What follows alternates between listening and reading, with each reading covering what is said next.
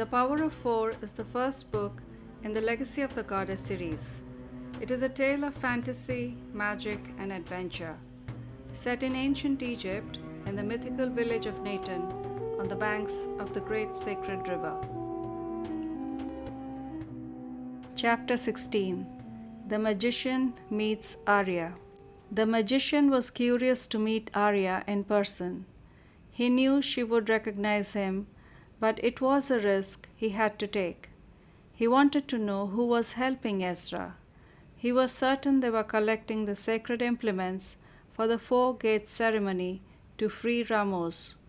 He wondered who the oracle was. Only Shyla in the village had that ability, but Shyla would never help them. He was anxious. His spies had told him that Ezra had friends helping him, friends with special skills. Maybe they were sent by the elemental gods. He was not sure. He had been certain that Ezra would find no help and that he would give up the search in frustration. Ezra, however, not only found the ritual implements, but was on his way back to Neten. He could not wait any longer. He had to meet Aria. He had to reveal his cards before he knew the cards of his enemies. He walked by Aria's bakery. The aroma of frankincense and freshly baked bread hit him. He knew he had come to the right place. He stepped inside the shop and asked for the price of bread. Aria was nowhere to be seen. Her assistant handed him the bread. He gave some coins to her.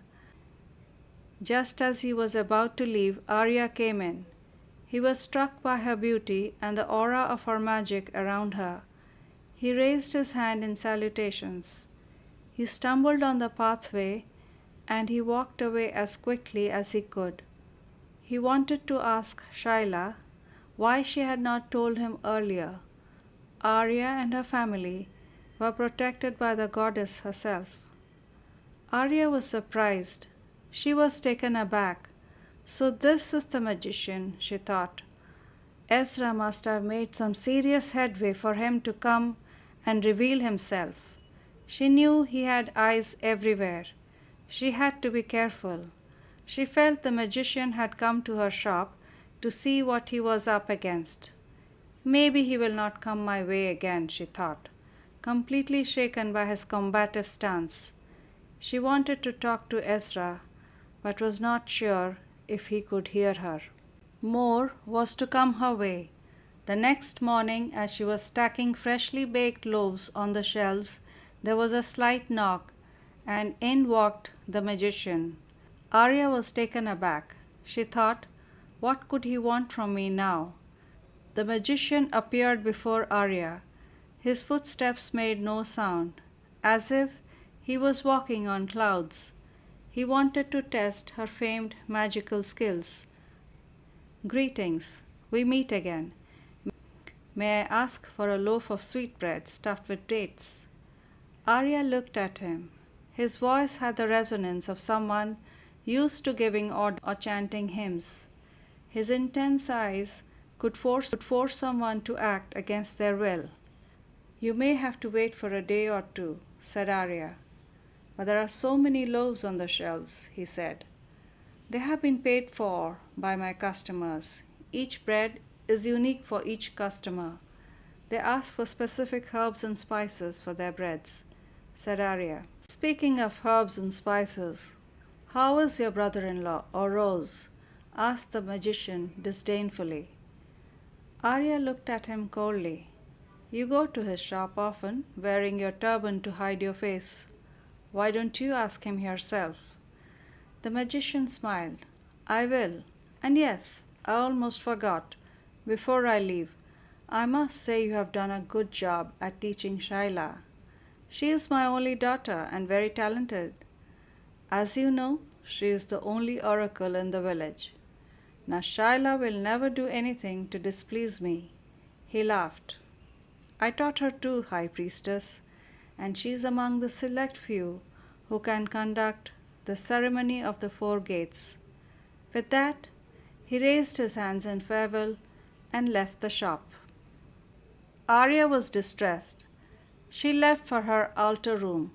She put all her focus in contacting Ramos. Slowly she could feel his presence. "The magician is here," she said. Ramos answered, "I know. He has imprisoned me. I am in a thick mist somewhere. I can neither move nor speak. Send Ezra to search for me." "I have," answered Aria. "Does he know the ceremony of the 4 gates?" asked Ramos. "He may have learnt it from his grandmother. I am not sure. There was not enough time to teach him," said Aria vaguely. Ramos said, "When the time is right, he will know what to do. Don't worry. You and Oros have taught him well." The door of the room opened, and in walked Shaila. She knew her father had revealed her identity to Aria. She wondered if she would be allowed into the house anymore. "So, you are the magician's daughter. He has sent you here to keep an eye on us," said Aria. "What does your father want from us?" "He has already taken my husband from me." "I wanted to tell you that he was my father, but I didn't know how. Please forgive me," said Shaila. "I tell him nothing, but he scolds me, so I decided to become your student," continued Shaila. "But your father has taught you magic. You know it well," Aria said sternly. "Yes, I do. But here I learn with others, and that makes me happy. I have not told my father anything. Please let me stay and learn with you," said Shaila. "What about Ezra? What have you told your father about him?" asked Aria. "My father thinks he is a mere boy. It is you he is afraid of," said Shaila. "Good. Let him think that.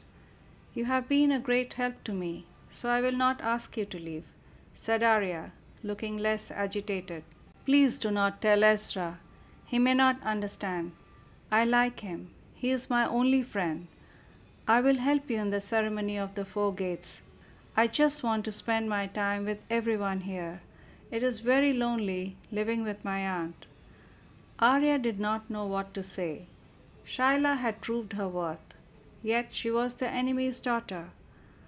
Aria realized that it was better to have Shaila as a student, or she might try to harm her son in anger. "You can stay here for now, but if you harm me or my family, then I will come after you in full force," said Aria. Shaila was relieved. Her loneliness was real. She did not tell Aria that her father would cut off her ties with the village if she broke her promise and helped Aria. She was grateful that Aria kept her as a student and did not drive her away. She doubted she would have been as forgiving if she had been in Aria's place. Thank you for listening. This was a chapter from The Legacy of the Goddess, Power of 4. Tune in every Friday for a new chapter. You can also buy the whole book right now. Visit legacyofthegoddess.gumroad.com to buy the Power of 4 in both written and audio format, as well as a special discounted bundle.